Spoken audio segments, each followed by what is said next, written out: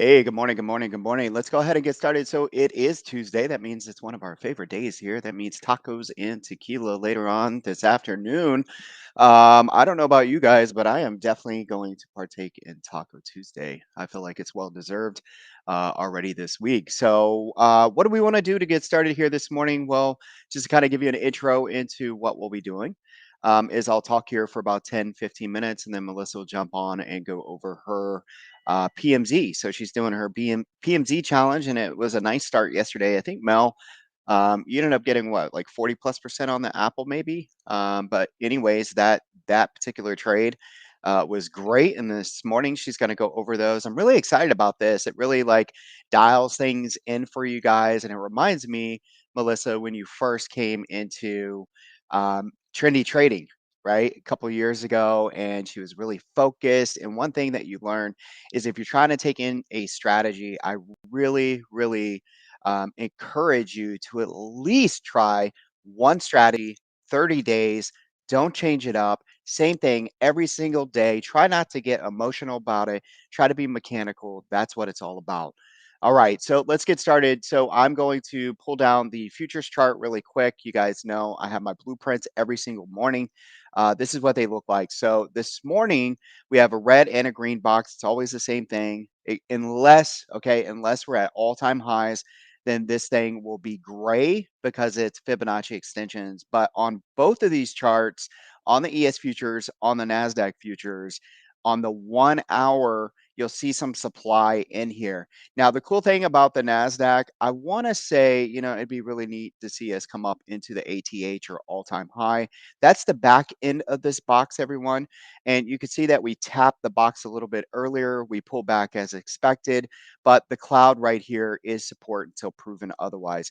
So big thing here, smaller time frame that we're looking at, higher time frame. We already know what everything looks like. It looks pretty extended, right? Everybody's a little like walking on eggshells, and I get it. It's very difficult up here in these nosebleed conditions, but it's like, you know what?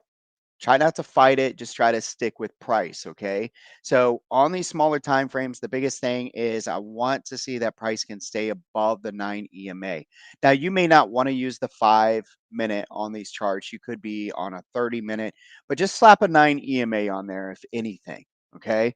And look to see if price is going to hold the 9 EMA. And if it can, the trend is intact, okay? Now, you guys can see here, we're going to go over our PMZ. That stands for pre-market zone. It's really straightforward. There's going to be a box that pops up on the screen. Basically, we go long above, short below. The distance between the box is the risk. Notice here on the ES futures, when I take a look at the risk, it's coming in at about 2.85. Again, ES futures, 2.85. Let's go ahead and round that up to about 3.25 today. And then over here on the NASDAQ at the moment is at 13.7.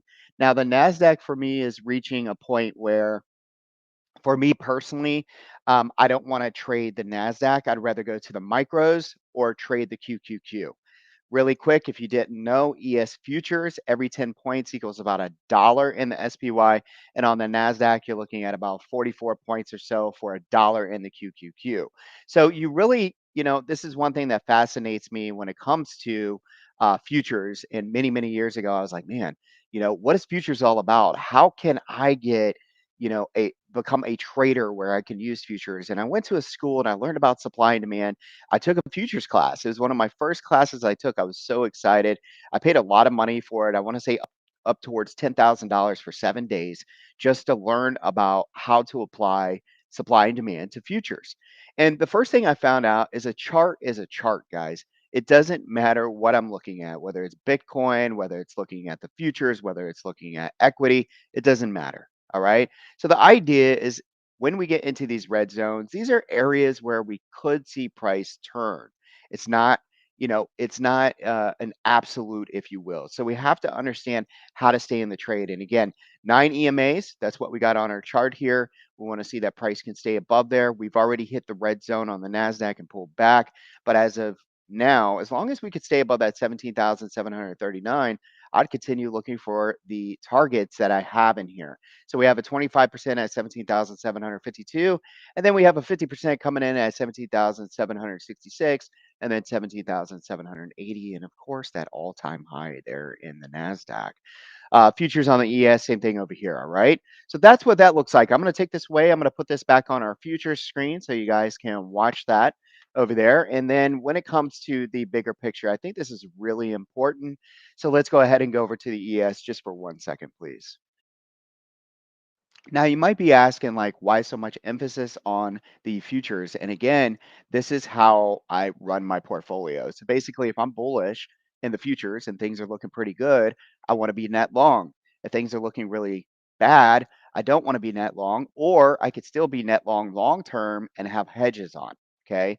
So, what does this picture look like when we look at it from a bigger time frame? These are charts that I sent to you on Saturday or Sunday. I can't remember this weekend, but I sent them over the weekend. And you guys could see that so far this week, basically that little pullback that we had just basically brought us down into some support. Okay.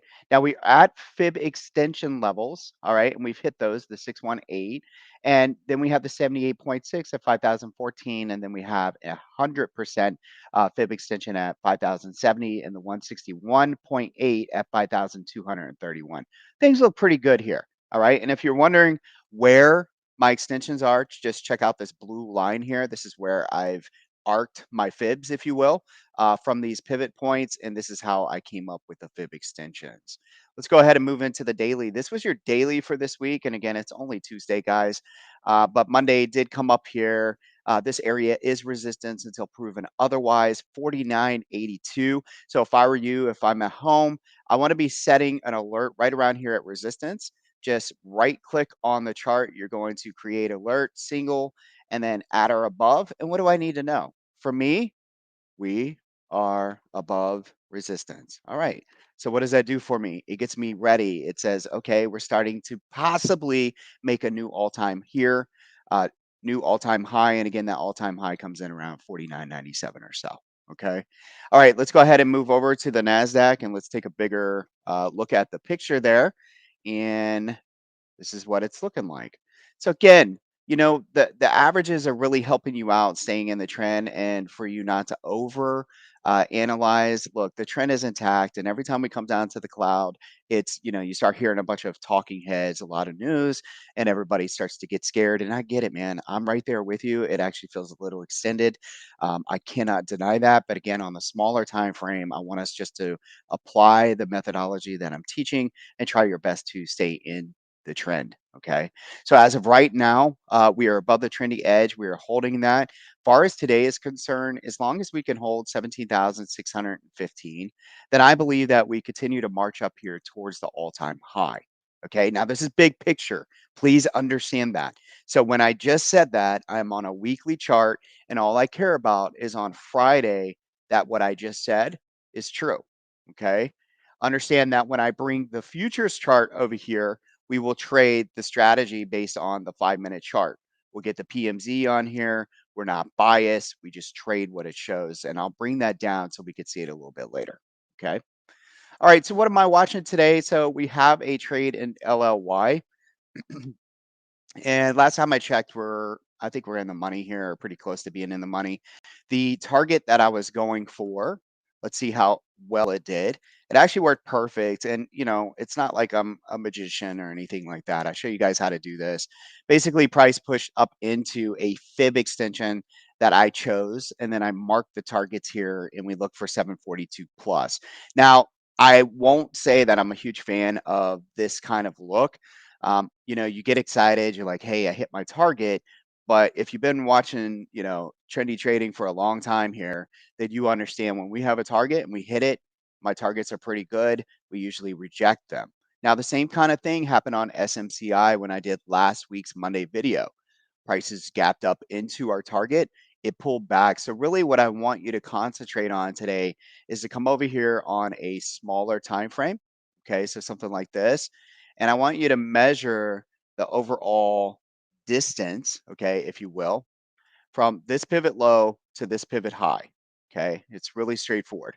Just take this pivot low We're going to take some Fibonacci's. We are going to align here and then come up to the high. And then what I want you to do is I'm going to take this off just to clean it up, guys. I'm going to take that off. And I want to find the 23. And today, this thing moves so much, I'm actually going to use the 50. Okay. We're going to go like this, just like that. I want to see 737 by 725 hold. Okay. So what we can say is from a Fibonacci standpoint, that this is support. Now you may be wondering why. It's because I've done a lot of back testing. And when we take a range and we apply fibs to it, we like to see that these levels can hold that pullback. Okay. So again, we're hitting a Fibonacci extension. We're pulling back a little bit and then we expect this to be support. Now, listen, a lot of people are probably in this trade either long term or maybe they did something like we did. So on open, when you get these kind of moves, like you're going to see profit taking. Now, that profit taking, we don't want it to extend past this pivot in here. If it does, we have a high probability we come back and test 700. Okay. Just like SMCI, same thing happened. Once it broke down below support, it kind of basically came in and then we were able to add to the position and then it just kind of wrapped around. And that's what we like to see on these really strong stocks. So again, this, then this, okay? Or if this, then that. If we break down below and this pivot cannot hold, then I expect this right here around 700. And then I'd really like to see buyers step in. And that's when you can start aiming towards the top again. And I would make it a small position, but as you could see, like in SMCI, it paid off very nicely. Okay. So again, that's what I'm looking for in LLY. Other than that, guys, I'm just going to be watching my scanners here and we'll talk through them. I'm going to take a break here in about 3 minutes. So if there's anything you want to see in the next 3 minutes from me, please ask, and I can give you a quick rundown on a look that I'm looking at. But we did well in CELH yesterday. That was a great trade. We got over our equity position. We said, hey, listen, as long as it's not dropping below 50, I want to stay in this thing. So we bought it. You just had to be a little patient. We bought it at the trendy edges. It turned. We got the trendy turns to come in. This let us know, hey, man, things are about to turn. And boy, did they turn, right? They turned all the way back up to the upside. And this actually turned into a really nice trade. I closed it out. But remember, this is one of my favorite trades on a long term basis. Now, on the daily, you'll notice that our cloud is collapsing. It's getting really skinny, if you will. All right. Now, when this happens, I want to see prices get up above that cloud at least for 3 days or so, build some support, and then I think we head into 56 and 60. Okay. But the 60 level, I believe, continues to be resistance. The 50 level, ever since the forward split. Okay. And this is one thing that I find very interesting from a fundamental standpoint is if you find something technically that you really like, if the fundamentals are like really good, then it just gives you a little bit more conviction, right? But on this one, because we did the forward split, I like to look at the institutional ownership. All right. And it's not fully booked. You know what I'm saying? There's still space in there for institutions to load up. So, what I would encourage you to do is on a weekly basis, just go out there and you can go to like Yahoo Finance or whatever, and you can look at the institutional ownership and see if those percentages are boosting up. Say it's at 60%. Does it raise? And what I'm seeing over and over, and this reminds me of when CELH was, before their forward split, any time that it came back down to 100, it looked great. And anytime it comes down to 50, it's a buying opportunity until I'm wrong. And it's happened over and over and over. And in my head, being a supply and demand trader, what I think of, and I've already created this demand zone there for you guys by using structure on a higher time frame, is I want you to think about it like this. In my head, we keep coming down here because institutions are buying after this forward split. Okay. Now, for some reason I'm wrong and this completely gets knocked out, then we're headed down to 32 by 26. Okay. But for right now, these levels, they're pretty concrete, basically 50 by 40. Okay. Right in here is where I keep seeing traders load up. So that's what I got. Melissa's going to jump on the mic. So if you guys are on YouTube watching, you probably won't hear Melissa, but she's going to go over her three trades. I'm going to bring them up here on the screen so you can talk about them, Melissa. Thanks again.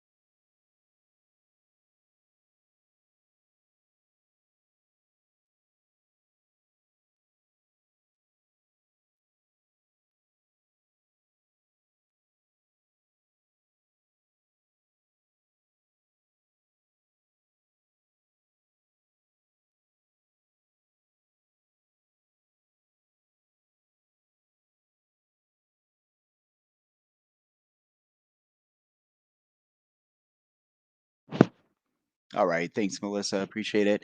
And again, guys, so we were hitting this first target here in the NASDAQ at that 25% of the zone, which is around 17,752. And we're getting a couple structural buy signals here on the ES futures as well. Again, the PMZ should open up here shortly in about 2 minutes, and you'll see those zones pop up. Now, one common question we get is on the PMZ, do I have to wait until the market opens? Heck no. So what you'll notice is we already have the trigger. Basically, these are trigger longs and trigger shorts. Okay. So PMZ high is a trigger long. A trigger short is PMZ low. And the risk is the difference between the two. And again, as I was saying a little bit earlier, you wanted to increase that risk to about 3.25, which is about what it's coming into right now. And then over here on the NASDAQ, your PMZ triggers here. So you'll see that we have the triggers before market open. The one thing that we stress is that depending on volatility right before the market opens, like for example, these numbers could look like this right now. And if for some reason a catalyst were to hit the market and all of a sudden, let's just say it exploded to the upside, then what's going to happen is that the calculations that we're putting into account for these triggers would obviously move. Now, in many, many cases, that's not the case. So, when you come in here and you have several minutes before the market opens, well, you already have this number and you could have already gone long over here and made points to the upside, if that makes any sense to you. All right. If you don't understand, feel free to ask questions. But as of right now, that's what you can do. Now, this is what I call a positive positive. And this is something that we don't talk about a lot in the room, but I've sent this out. Melissa, is this in the education tab? Do you know? Do we have a picture in there? If we don't, then I could put it in there. A positive positive is when the PMZ, okay, is over the line in the sand. So this is why the color is this color. All right. So that's the first thing.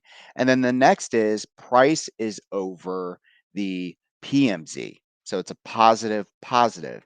And in many cases, what we look for is that if price comes down into the PMZ, we're looking for it to be support, and we're looking for the continuation up into the targets. Okay. Now, in this case, once again, it's just like anything else that's on the chart. All right. If you have a level to the downside, then we're looking for that to be support. Levels to the upside are resistance. All right. So when you're a futures trader, whether you're trading equity, whether you're trading options, we're using the levels on our chart to basically trim and then pull stops up. Okay. But a lot of times this can help traders. Like, for example, if you're coming in here and you're like, well, I'm like, say, right before the bell opens, we're touching this, then you can be assured that we are opening at resistance. Okay. And so, again, do you want to be patient, conservative, or do you want to be not patient and be aggressive? Totally up to you. All right. So, neither one is an absolute. I'm going to tell you that right now. All right. Because you could do something the same way over and over, and then all of a sudden some things can change, right? If the market was that predictable, it would be just entirely too easy. All right. So, another chart that I want to show you guys is I'm going to come over here. I want to show you Roku this morning. I like the chart here as well. And they are coming into their earnings, I believe, next week. So we could be looking for a earnings run, if you will. And this is, from a daily perspective, I'm not a big fan of the chart. All right, it's gone from red to white, which means it's neutral. You could see that it's basically trading in uh, a sideways trend here, if you will. And then on the weekly, again, sideways. Over here on a 4 hour, we're starting to round out. We're trying to get above the trendy edge, but we're underneath the cloud. Many, many signs to say, hey, just, be a little careful. But over here on the 5 minute, this is all I care about. All right. So this is your PMZ today, everyone. So your trigger long, and you can see here is 88.73. So it's already starting to move there. And your stop is your risk at 26 cents. Now, the market coming into a little bit of the resistance here, just be careful. I would probably make this well, I would make this a little bit wider for me. What I want to see is when I back this thing up like this, is that I expect this to be a channel until it's not. All right. So it could come all the way into here before it, decides to find buyers. But if we could break out of this little range here, I'm looking for 90 and then a rejection. All right. And then look for support at that cloud. And then possibly we can get up here towards 90.94 today. All right. So again, this is what I'm looking for in Roku.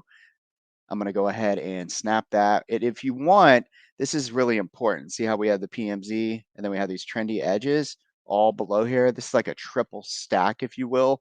All of this is support. So really, instead of just using the PMZ, for me, it looks like this. Okay, just like that. And let's put some lines on it so you guys understand where that's at. Boom. And we'll go like that. I'm going to copy that and then I'm going to put this here in the room. Yep, Baba looking pretty good as well. Mhm.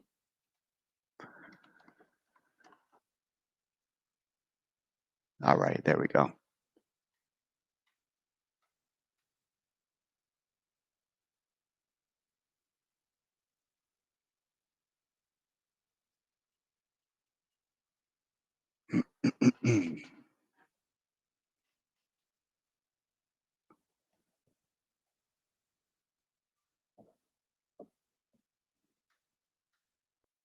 All right, guys, I'm gonna check here and see if I need to do any managing. I'm waiting for LLY option chain to open up, and of course it hasn't yet. It's a bit criminal.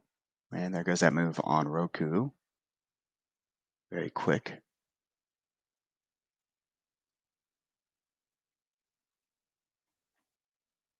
Nice moves there. Nice support. That was a positive. Looks like we're looking for 49.75 immediately. We hit the 25 and going for the 50 here at 17,766. And I'm going to bring this down just for a second so you can see it. And that's what it looks like. And indeed, this area was support. And we're just kind of moving into those top targets there.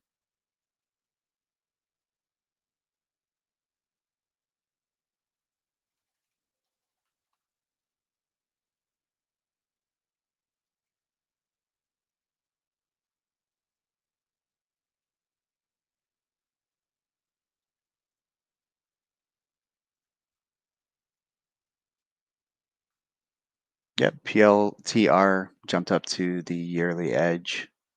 I put the chart in the room yesterday. If you guys want to take that on earnings, you would have done really well.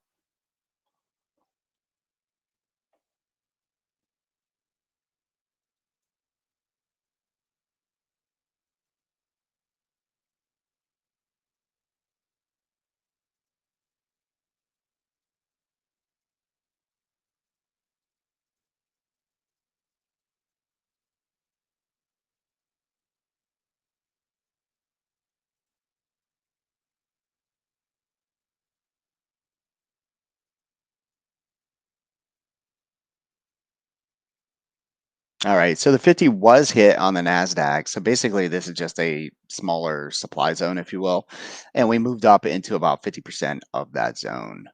As we got closer to the red zone on the ES futures, you can see we backed off. So everything looking pretty normal. I'm gonna pull this out of the way.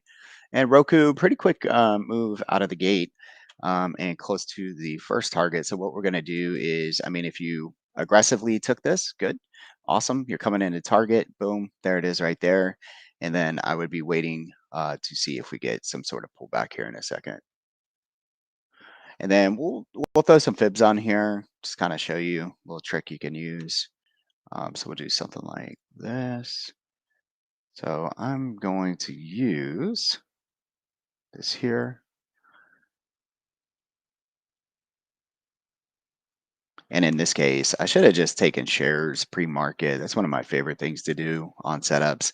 That's the disadvantage, in my opinion, of trading options. You got to wait for the open. Whereas like this, you could just take equity based off the chart. So yeah, pretty cool.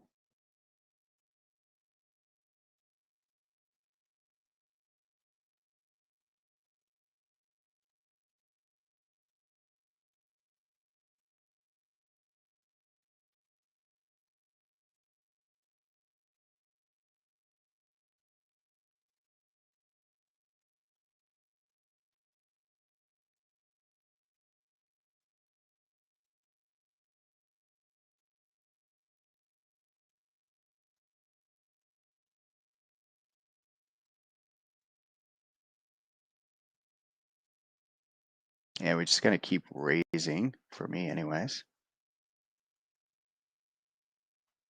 Yeah, Pelletier, it definitely looked great, man. Push right into our trendy edge. So if we come over here, this is what I'm gonna do. I'm gonna see if I can get an order at 89.64. So we'll just put in 50 shares there on a pullback.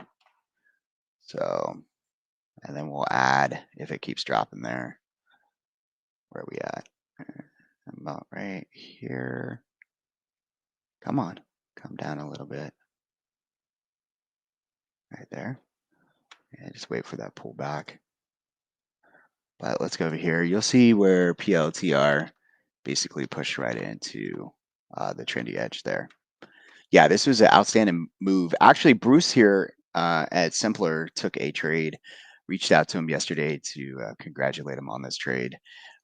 My levels that I gave you guys would have got crushed, meaning you would have made money. You would have been really safe on this type of trade. So the call side was 1772 by 1845. If you notice, it came right up and smacked the trendy edge. This is a long-term resistance level. So for me, I'm not interested in it. I'd be more interested if it pulled back to maybe like 18 and a half, somewhere in there. So, if we can get down here, then for me, I'd be interested. So you guys know me. I don't necessarily want to trade earnings um,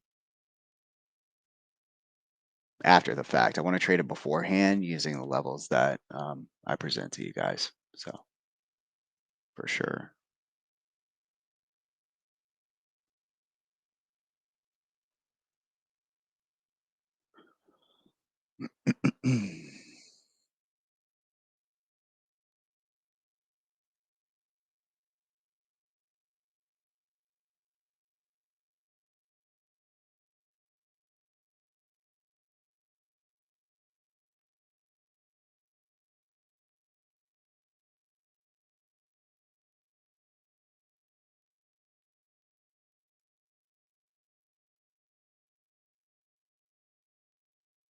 All right, then I'm going to check out the um,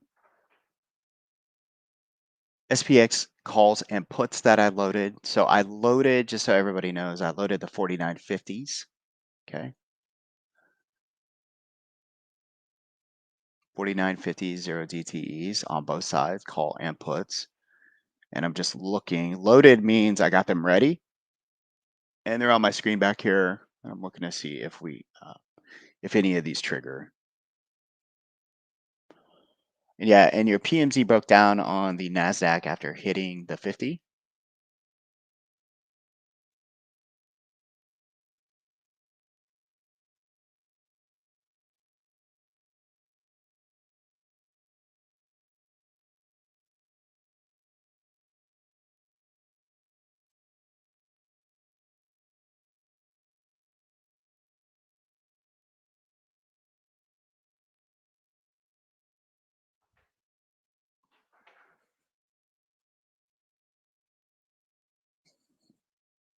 LLY to me pretty much being a dud here so far.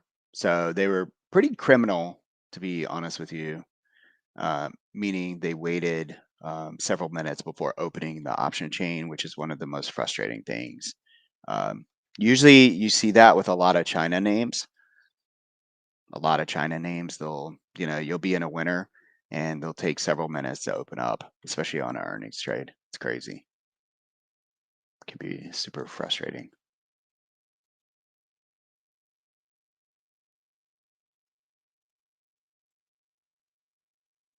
Yeah. So we'll just kind of wait and see if LLY can hook around. Hook around, it sounds kind of funny. Um, let's go into Baba here. You guys were asking about Baba. And if you guys have any charts you want me to look at, please say so. So remember, so this is like PLTR, right? It moved into the trendy edge. And you see Baba came up here before. It was a huge sell-off from that level. And now this is a check back. So I'd like to see what we could do is we can take the gap fill and this trendy edge right here and look at this as your support. This is what I love about my system is you just use what you have on the chart. to create a trade plan. Okay. And you look at this and go, okay, like, am I okay with this risk? So basically, I want to stop out if the candles close below 74.70. When I say candles, what kind of trade are you taking? If you're taking a swing trade, I got to respect it, right? So if I want profits within today to a couple days, then I need to wait for a 4 hour. I don't care if it dips down underneath here. What I care about, does the candle close above my level? Remember, we're not sticking stops here and then getting stopped out and watching price go up to the upside. That's like a super frustrating thing. Okay. So we don't want that to happen to you. So if I take this trade on BABA, this is where I'd want to get stopped out. So at 74.70. All right. So if anybody's interested.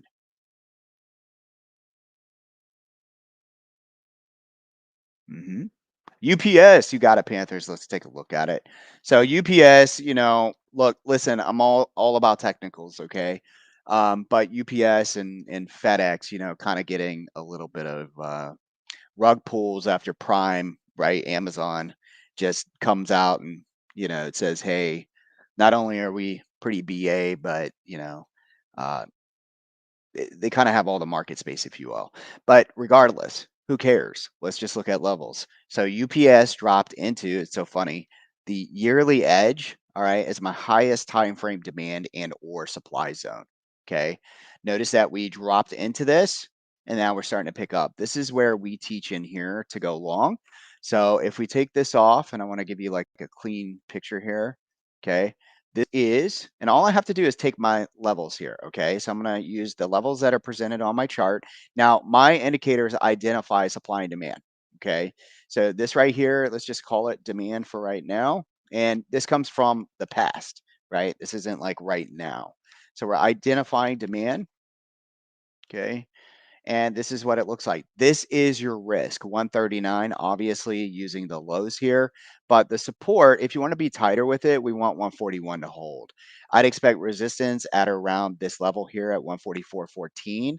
Let's use, we're going to use the structure up and to the left. And let's just pick some, boom, I'm coming up underneath the selling pressure. And then I would go right here. Okay, right there for a target. This would be my overall target for UPS. And again, if this, then that. All right, so right in here, again, this is the demand zone. Use that as your risk, right? And then I'd be trimming at 144.14, and then I'd be looking for 146 by 151. Okay, I hope that helps you.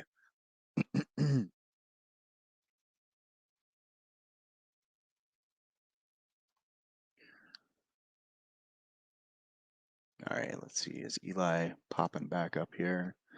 Trying to. I do have a trim in for LLY if we can get there. It says it's about 100%, but I'm trying to give it a little bit of time here. See if we roll back up to the upside there. Yeah.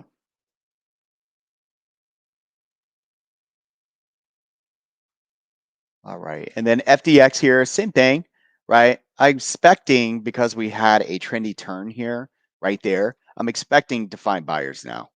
Okay. Now, unfortunately, we got a lot of overhead supply. So right now, 242 is the short term. And then I'd be looking for this target up here at 247 and then 253 and 259. Okay.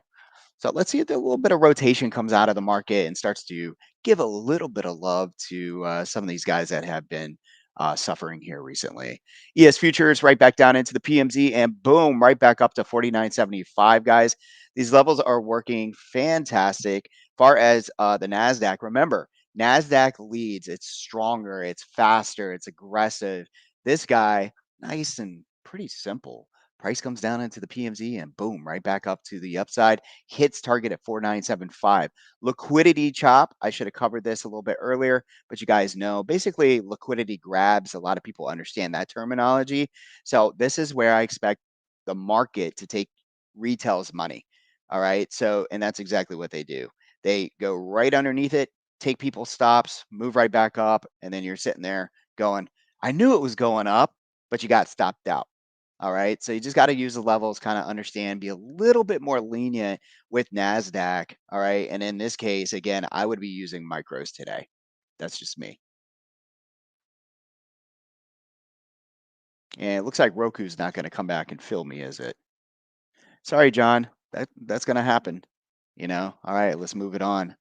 How about Baba, Baidu, those guys looking pretty good. Apple's looking pretty good. Google up about $1.11 here. That little level is so far working. I want to give you guys like a little bit of insight on how to trade into a scalp position. Once again, man, I went out and I read a X tweet or whatever you want to call it over the weekend. And it just disturbs me when people say that losers add to losers or it's a losing strategy to add to losers. I guess it depends on how you look at it. If you are scaling into a position, you are already at peace to the idea that prices could go against you. There's absolutely nothing wrong with it.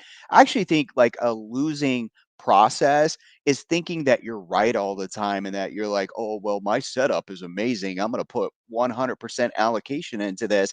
And then you get your ass handed to you. That sounds like a losing strategy to me. Being more humble and understanding that I don't have the best process in the world, but I do teach thousands. And it's like, hey, it can work for you, but also understand that you don't have to go in full beer, hold my beer, full port kind of thing. It's like, I understand I'm going to scale in. So, understanding what your full allocation is more important. Let me explain really quick. So, like on this BABA idea, I don't know if this level is going to hold. I understand that my levels have a higher probability of holding, but I could be wrong. So why not approach it in the fact that, hey, if this doesn't hold, I'd want the gap fill. So let's say that my allocation for this particular trade is going to be $500. Okay. Overall, that means I can add in right now and only spend 250. And if it keeps dropping down and it comes into another level, I'll add another 250. That is a way that I personally like to trade. And it works. It works a lot, and when it doesn't, guess what? I lose the $500 that I'm okay with. That's like trading in a Zen state, right? Coming out here and thinking that you have the best process and then you go full port and let's say it drops like this, that's got to sting a little bit. All right. So again, when do you go full on, hey, this is going to be my best year ever? You can have those strategies, you can have it ups. There's nothing wrong with it, you know, but just be a little bit tighter maybe, right? With your stops and stuff like that. But I like to trade with what I'm willing to lose. Now, saying that, um, you guys know that I've been in this Tesla position, right? And if you come over here, you'll see I'm down, which is okay. I don't care that I'm down. This is a long term trade. We have about 50 grand or so in this trade, and it's coming into a demand zone. It's popping today. I'm not overly excited. This is a long term trade, but this is exactly what I just described. If it gets down to certain levels, and I'll be covering this in more videos to come, then I'll be adding at those levels. Okay. Really, really straightforward. All right. And here's the thing, at the end of the day, I know how much is in this trade. So let's say it's 50K. All right, which I think is pretty close. You'd have to do the math, just 250 times that 193.80. If there's about $50,000, then I don't expect Tesla to go zero, but I understand that I could wake up and this thing be down, $50, $75, and I could be down. But I am already at peace with that. Like I understand that. Okay. All right, so let's get over here and put some money where our mouth is. One thing, CELH just kicking some booty this morning, and that's awesome. I love to see that. I love to see more green on my watch list than just SMCI and Nvidia. Right, that's been a little like overwhelming. Um, SMCI is red today. Nvidia is red today. So yeah. Yeah, that's what you get. That's what you get for being green every single day. Jesus. All right, here we go, guys. This is a ACDC on CELH, man. What a blistering move this morning at up 5.88%, guys, after our entry yesterday. So if any of you are feeling like, that energy drink today, this is an ACDC. ACDC equals ME. My target is 60.76. Your stop is a close on a 4 hour below 54. Okay. Everybody understand that? So again, what am I looking for if I come out here and I go to CELH?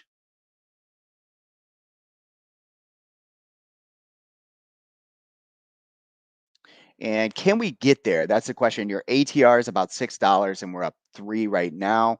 And so far this week, I think we've moved about 4. My target is 60. Eh, I think we could get to 58.60. 58.60 in there. And we don't want to go too crazy here. So I'm going to do a couple positions here in the probably at the 56 call. I'm going to wait to see if we can get a pullback though.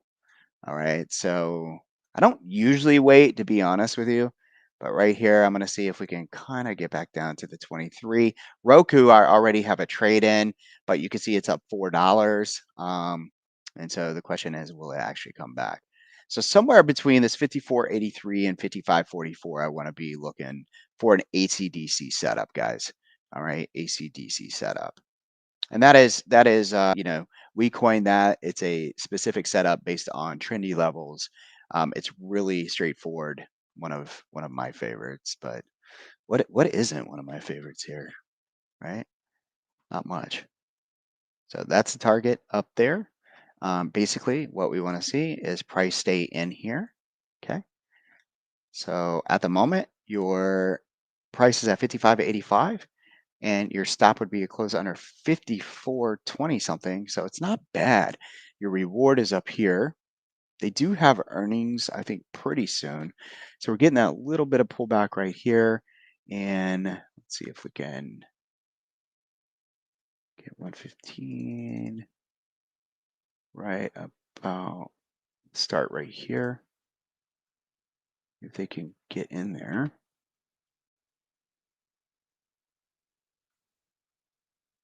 And just like that, the bid and ask go up very quickly. And some of you guys are front running me here. This is what we're going to do. Let's do I don't need to feel like I need to chase it. All right, so we're in the green box. This is a 1 hour inside and up, guys, on the NASDAQ. This is a 1 hour inside and up. Okay, so right here on the NASDAQ. If you guys got the short off the PMZ and you stayed mechanical and not biased, you're doing really, really good. Congratulations. If you are being biased, I don't know how you're doing.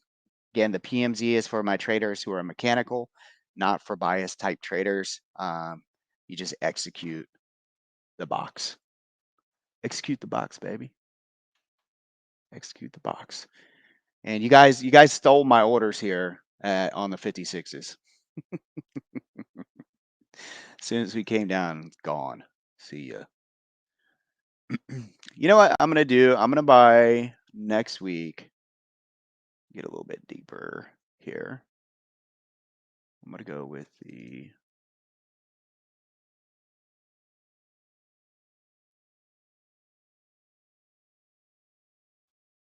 go with the 56 and sell the 60. Let's see. Whoops.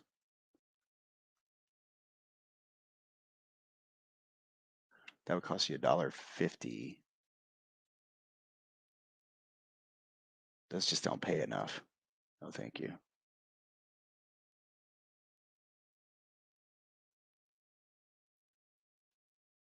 And then, so we'll scale in here and then we'll add. So I'm going to buy a little bit deeper in the money with 55 calls for next week. And then wait here and see if I get a pullback and then I'll add it again. So I want to know. Actually, I don't even want to. So here's the thing, guys. We want to make sure that we don't have to be in front of the screens to execute trades that pull back.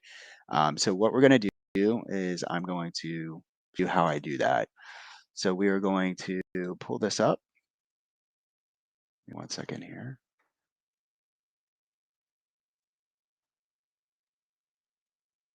right there.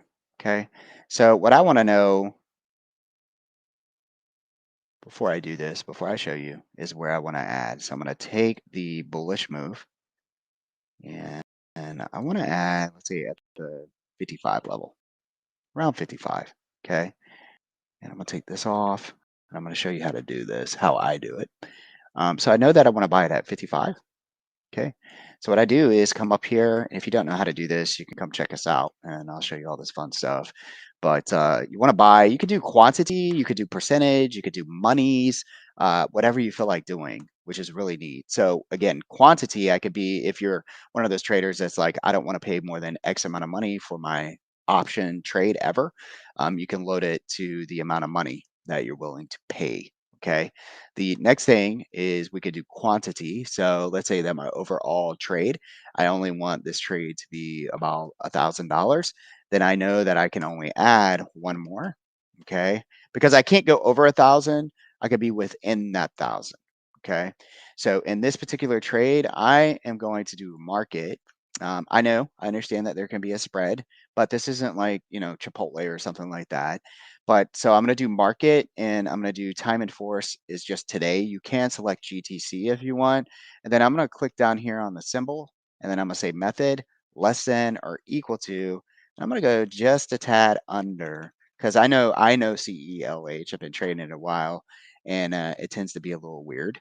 So I'm going to put 54.70. And what I'm doing is I'm basically programming, if you will, to buy this option, okay, when price meets this condition.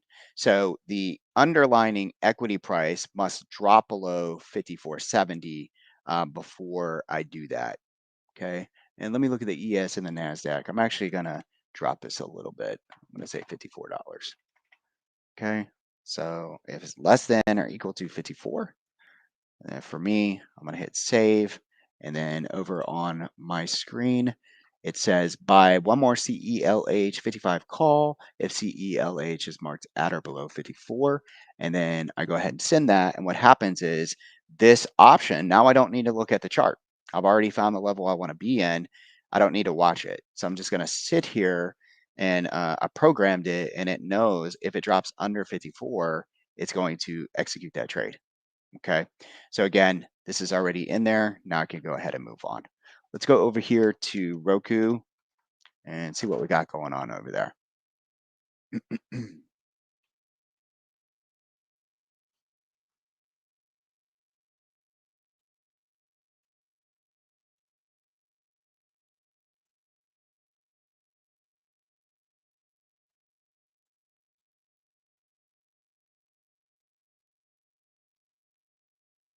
All right. And like I said, Roku could probably head towards 92 and 93 now. That is a supply zone up there.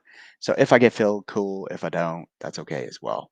If you're thinking about a stop, so I don't really even want to think about my stop until I'm filled on my second order on CELH. So at that point, then I'll look at the assessment of the trade itself and then talk about stops and so forth. Okay. All right, now let's go ahead and minimize this chart. I'm going to bring you guys into my watch list. And the watch list is really important. So I want to use my indicators to identify trades. Okay, so this is called a PMZ signal, and it's signaling anything that's in my watch list. It's letting me know immediately, do we have stocks that are set up in the PMZ? This is telling me that it's below the PMZ, and if it's green, it's above the PMZ. Okay. This over here is my edge scanner.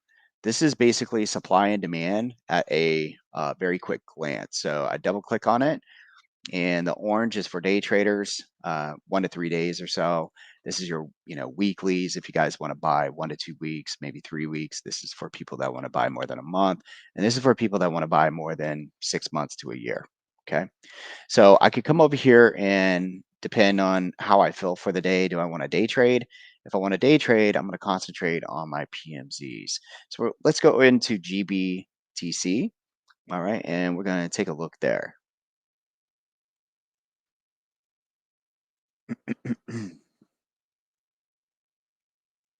All right. So this looks pretty good. And like right off the bat, I got an understanding of where I want to be. All right. Now we're above the trendy edge here. It looks like we're getting a trendy turn signal. So at the end of the day, we understand that this is resistance. So like it's not like my reward here is amazing from just looking at this chart, but this also is an ACDC guys, and it's at the lower end. Now it is basically, lower highs, higher lows, so it's pretty sideways, right? From a demand and supply standpoint, we need to go into a little bit higher time frame.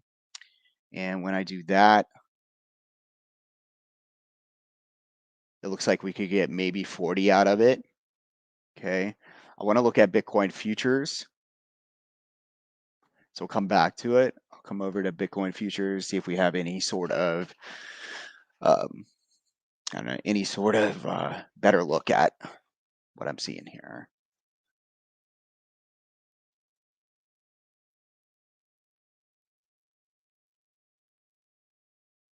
Yeah, we came down into demand. We flushed that demand, came back up. We are red to white to green. So doesn't look bad. We're above the cloud. Same thing. I think futures here can to run to about 43,900, 44,000. Overall, would like to see it run back up towards 45,000. So GBTC,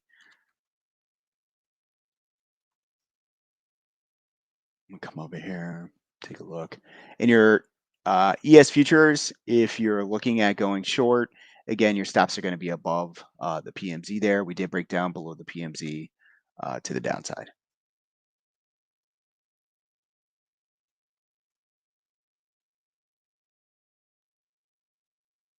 Now, I don't want to be in this trade.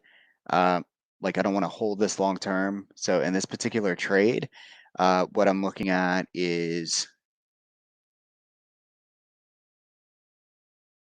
that 38. Give me one second here. This actually needs to come down just a tad.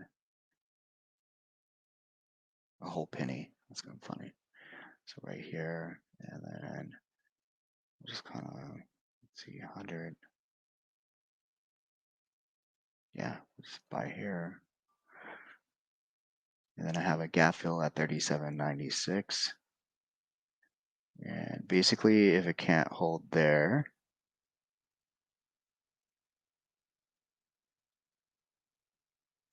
oh, there we go, right there.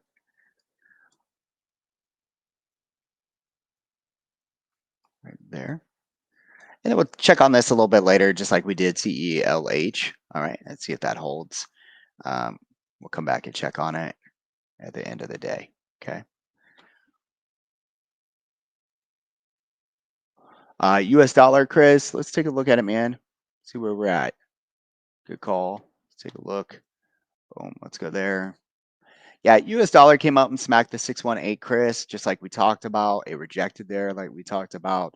So really, at the end of the day, man, what I want to know is if it's going to be able to get up and over that 618. Now, I put my alert a little bit higher at 104.74. That lets me know, hey, we might want to get away or out of the way here and let the market kind of settle and do its thing for sure. Yep, yep. And let's see, what do we have in the market today? So these are Eastern time. So at 12, we have Fed President Loretta Mester speaking, and at 1, we have Neil Kashkari, and then at 2, we have Susan Collins, and then at 7 tonight, President Patrick Harker.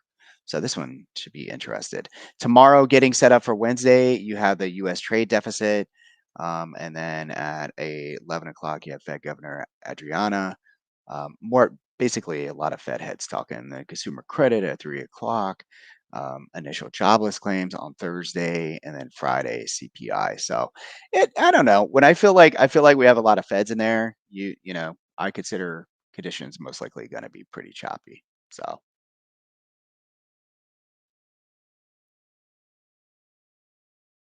we'll minimize that. Then again, you could stay short here as long as we're breaking down below these PMZs. We continue to kind of cross below there. Again, this goes to show you got to be versatile on these future trades. Especially if you're like using futures to hedge your account. And that's what I meant to say this morning. That's what I love about futures is I can go in here at night and I can do debit spreads with ES futures. I can do butterflies with ES futures. I can close out of them at night if they're working for me. I don't have to wait for the day to actually trade. So, if let's just say that I get, really hurt today, I can always jump over here and aim for my targets to the downside, right?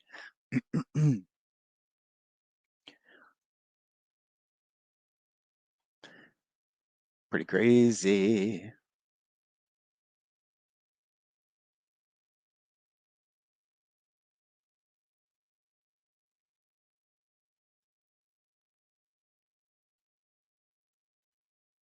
Yeah. You're welcome, Panthers. Yep, yep.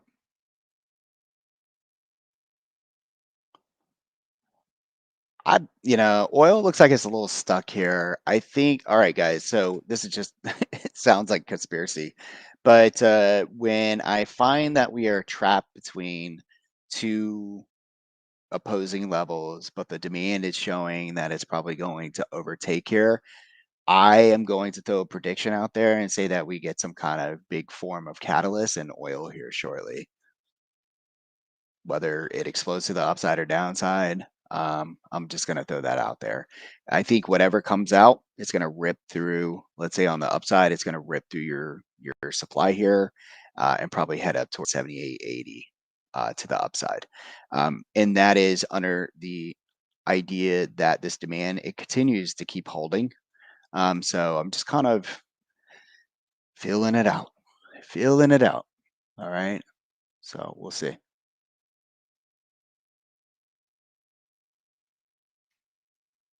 Nice, 100% there on the turn signal. I love that. Good job. You took the down JN. You took the put on the turn signal. Awesome, man. Yeah, that's what I'm talking about.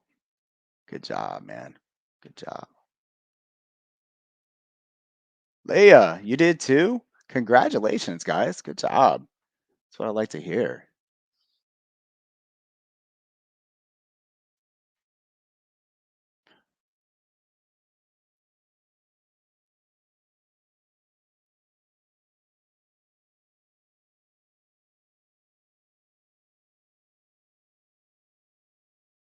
Good job.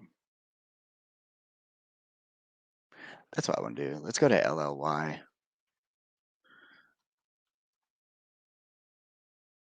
and see what happened, like far as the yep, busted through support, came back. Let's look at the 5 minute. I said we had a high chance of coming down here and filling the 700 level. Looks like that's what's going to happen. So this is a bummer when this type of stuff happens. It's an earnings trade, but it was a debit spread, which means the 100 could have paid out like what was it? Like $400 or something like that. And two of them could pay out like $800, or was it per contract? We were right where we needed to be, and then they killed it. They did the same thing on SMCI. And the biggest thing is, do I want to add once we get down here? Does it give you the same look? I mean, it's definitely overextended, like a lot of things. But if it gives you the same look, they'll fill this, and then we'll head back up here. Okay. We'll see once we get down here. I'll set alert. All right. So there we are.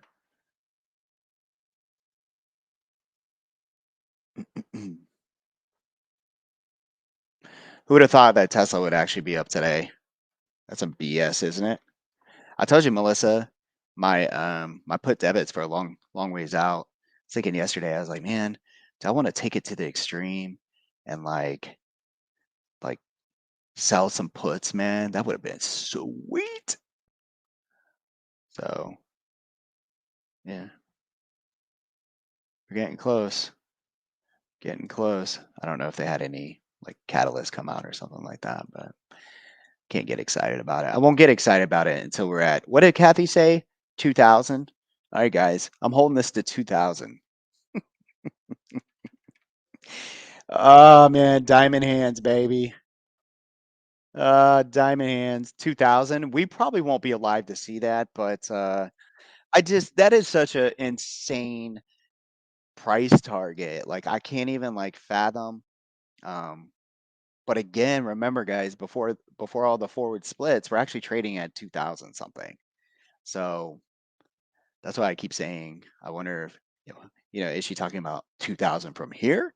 Or is there some kind of like, you got to read in the fine lines? I mean, it's already at 2000. But she had, I think the day before or the day after me, she added billions supposedly into this position, which is just absolutely insane. Could you imagine? I can't. Not me. Cannot imagine. Me. You gotta have some, what's for that.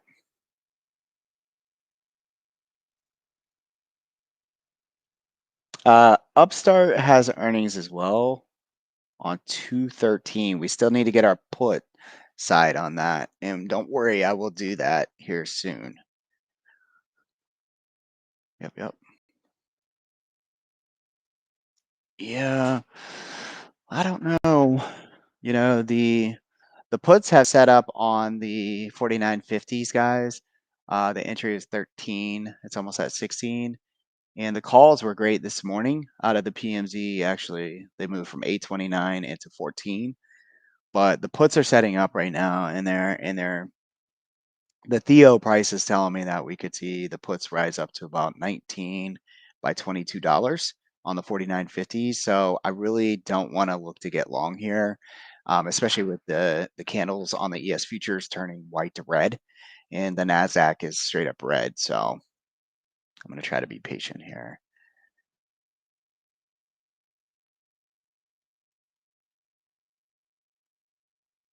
Oh, Nike finally shot up. Nice.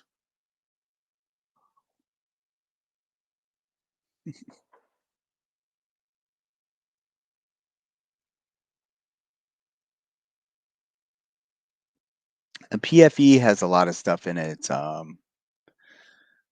pipeline for lung stuff, I believe.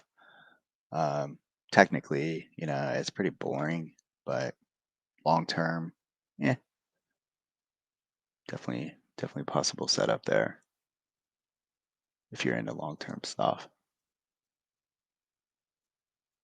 Also, I think Chipotle, who is reporting tonight? I think we have several different names reporting. Let's see. Let's go back over here.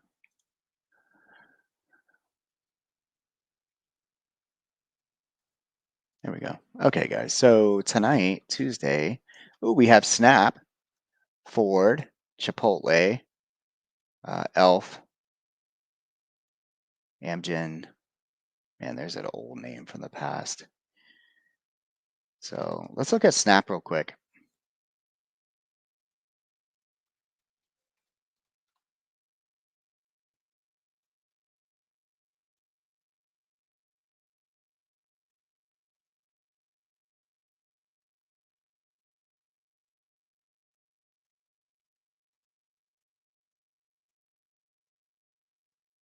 We'll look at the higher time frames, get an idea where we could head into.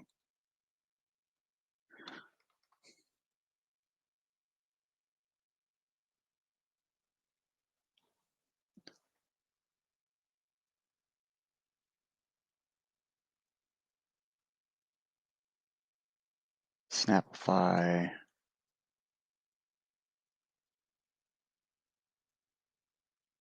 Snap the market in half.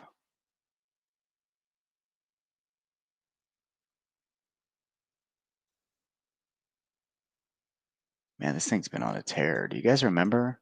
I remember telling Ashley when it came down here, um, that I wanted to, it was right here at 8. I was like, babe, we need to like just really load into this.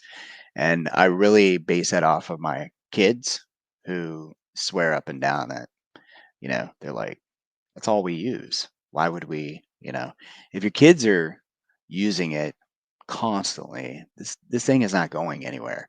So when I'm like looking at it at $8, that would have been an awesome trade, man. Holy crap. I swear I should have put my 50 grand, back here at 8, made another 50. That would be ideal.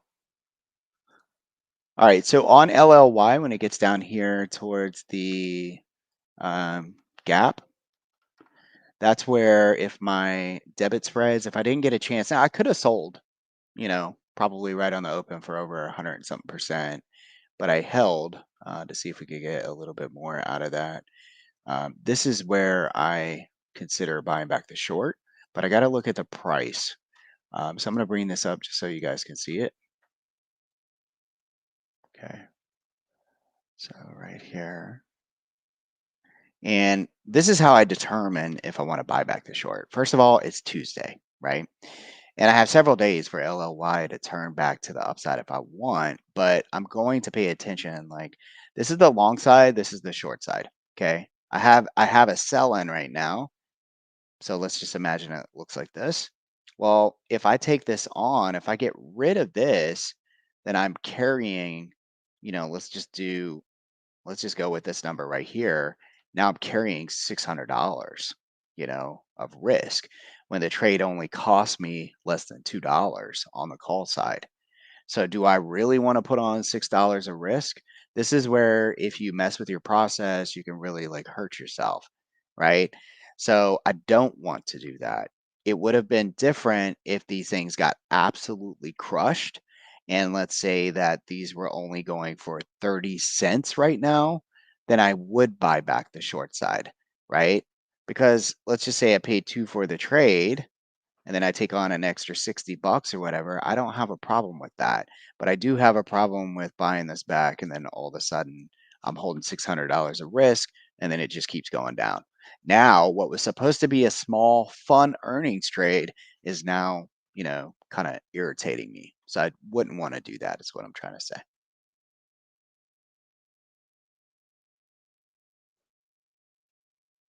All right, on Snapify, I mean, it looks like we have some solid support down here, guys, between 15 to say, 1588 by if you use, let's just use that low and this little gap fill there.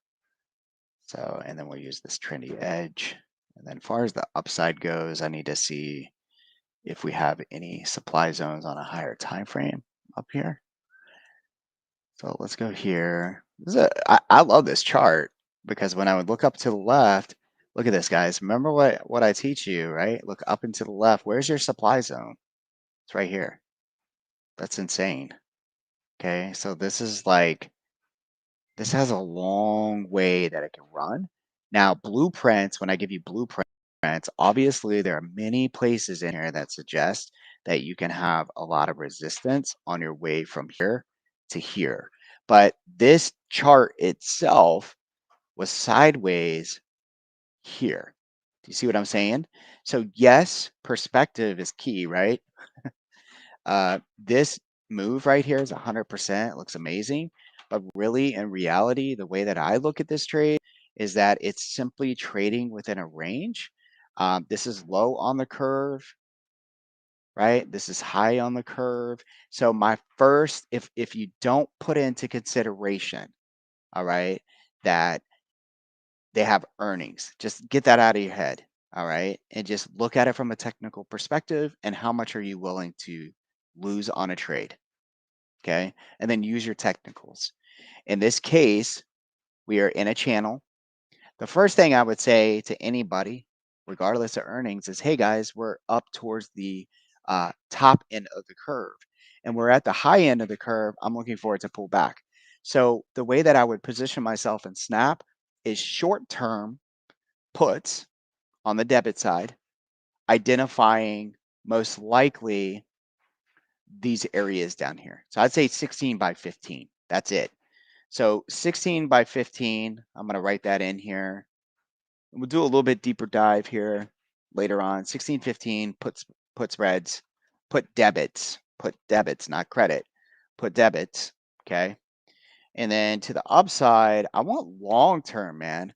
right? Like now I want to know where are we in relationship from a measurement, okay?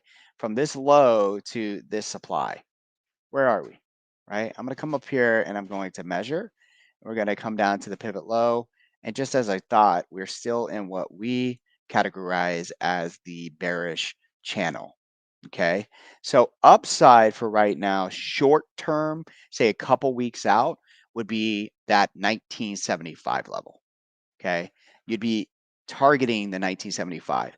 I actually like this longer term, and I like to see it push up towards the 50, which would put me around 23.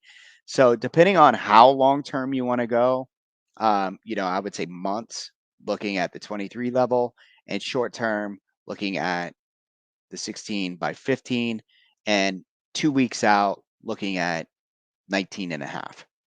Okay. So that's my analysis looking at Snap and using technical analysis. Okay. Not bad. All right, so GBTC, we'll add in there if they could show some strength here soon. We can see that the Bitcoin futures, 43,000. Again, I'm looking for 44,000. Um, Pretty straightforward. All right, so far we're bouncing in the green zone from the monthly trendy edge on the NASDAQ. And then far as the ES futures go, we're just kind of chopping around there.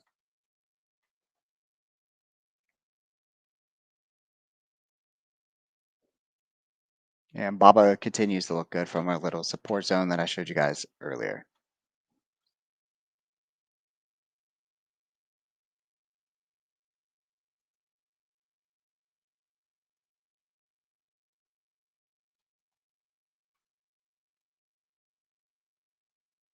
And again, we use this really straightforward support system right in here, and that's looking good on Baba as well.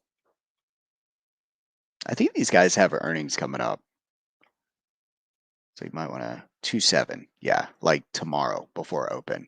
So this is something that we could do as well. Um, 80 by 85s. Just gonna write these in so I don't forget. And then on the downside, I mean, it's like, can Baba just continue to go down? Yes, it can do anything it wants. Could be wrong, but I feel like Baba's finding some support now. So this is the kind I would probably, I'm just going to tell you, I'd probably do a butterfly on the put side for this week and long side debit spreads. So look a little bit later if you guys are interested, then, remind me a little bit later. But as far as I'm concerned, as of right now, we'll kind of wait for a little bit longer in the market before we decide to do something today. Okay.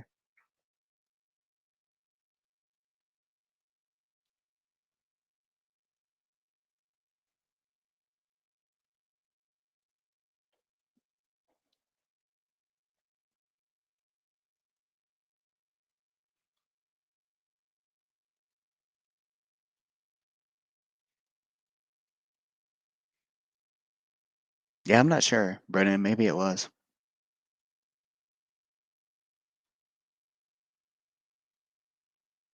You like that? Snapify? That's my new name. Snapify.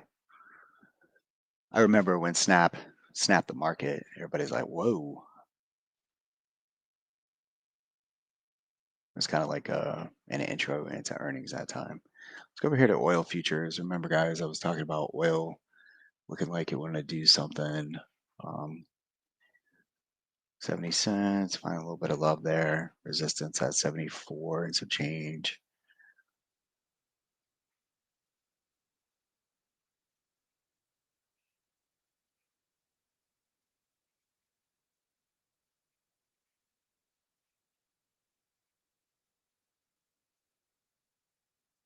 AMD is still down. Let's go over to AMD and see if we can find a little bit of demand. A lot of people looking for 200, that round number, I'm sure. Um, don't let it scare you. You know, Just look for the levels. Now let's see if we can find anything here. Yeah.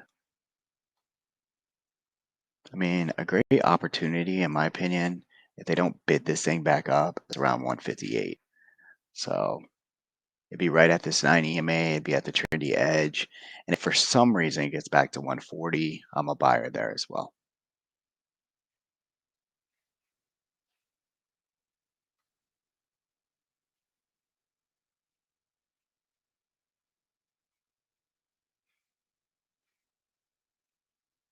Yeah. All right, guys. So we just continue to bounce up, and I'm gonna pull down the futures chart really quick here and kind of go over this. So this morning, you know, don't get too wrapped around the fact that, don't try to overanalyze this. I really, really want you guys to concentrate on what you're seeing on these charts that I give you. If I give you a chart that's red and it's right when we open up, then we're opening up into resistance. Okay. Like, well, in this case, we're opening up into supply. Okay.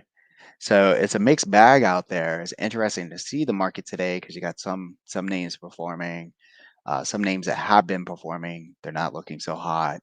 But that's just part of the cycle, ebb and flow of the market needs to digest and so forth. In this particular model that I showed you this morning, you know, you have the opportunity to make money from the PMZ into targets. And as I said, we don't necessarily look for a big pool in the red box, but you do pull your stops up and you take what you can. Then the market comes down in the ES futures. It finds the PMZ and bids right back up. That's a fun trade. It's for, several points. But once it breaks down, then you have another opportunity to go short. Your stops go in at the top of the box, and then you stay short until you're satisfied. Whether it gets here and you cover, if you get here and you cover, if you get here, totally up to you. Everybody's different. So again, risk to reward. Um, Same thing over here in the Nasdaq. So if you're trading something that is really related to the Nasdaq, then I'm looking for this to be resistance until it's not. So do you make money to the upside? Yep. You hit the 50, you come back down, you break below the PMZ, you can place your stops here, use the micros. Again, I feel like the risk is a little too high. And then you look to go short. And look, man, it pays off to the downside. Just whatever you do, try to be mechanical when using the PMZ and then come back to it um, and just keep trading it, right? And do the same thing every single day and record your results. All right. That doesn't mean that you come in and you take the PMZ one time, right? Let's just say that you took it here, you made money. You take it here, you make money. Okay. Now, you don't have to do it all day, but you also don't want to be the person that's, sitting in front of the screens all day when you've already made money, right? Now, let's say that you're not making money. Do you have any rules for the day? Do you have a certain amount of money that you're willing to lose before you quit on the day? Do you have a certain amount of trades that you take before you quit on the day? Like, apply those rules. Okay. But the one thing that I highly encourage you not to do is take one trade on the PMZ and take a loss. And, this was not even a loss here. But let's say that you did take a loss, don't miss the next opportunity. I can't tell you how many times we see the PMZ give amazing opportunities like this short here, okay? And, somebody's mad because they didn't get 40 points to the upside. They only got 35, so they didn't take their credit. And then they watch this happen and it's like, man, you could have got, X amount of points to the downside right here. So just things to think about. Also, why we're in the zones. Look for turn signals. I'm not seeing any turn signals for a move to the upside. Now, let's say that we're in the green zone and I'm really feeling like, hey, we're about to get that turn in the market that I'm looking for. Now, this is my next thing that I really, really like. So I'm going to minimize this. I'm going to show you my trading view. Okay, we're going to come over here. All right, and then we're gonna pull up the SPX. This is actually one of my favorite things. So if you haven't seen this before, Now you know. Okay, by the way, we hit that 706 level down here on LLY. I'm going to double check again. These are bidding 196 by 250. Still too much risk for me. Like I'm not putting this on. Like I'm not buying back the short side. If anything, I'll add to my debit spread. Okay. So those are, at this point, they're 50 cents by 90 cents. And if you wanted to add somewhere in here, you could put a limit order in and see if we get that turnaround in the market and it starts to pick back up to the upside. Totally up to you. Okay. That's what we did with SMCI. And I'm not saying, hey, that's going to work because we did that on SMCI. But for me, it's about a cost basis and where am I happy with my risk. Okay. Anyways, guys, I really enjoyed hanging out with you on YouTube. We're gonna take off. So again, have a wonderful Taco Tuesday. I hope you have a wonderful day trading. But I'm gonna go ahead and end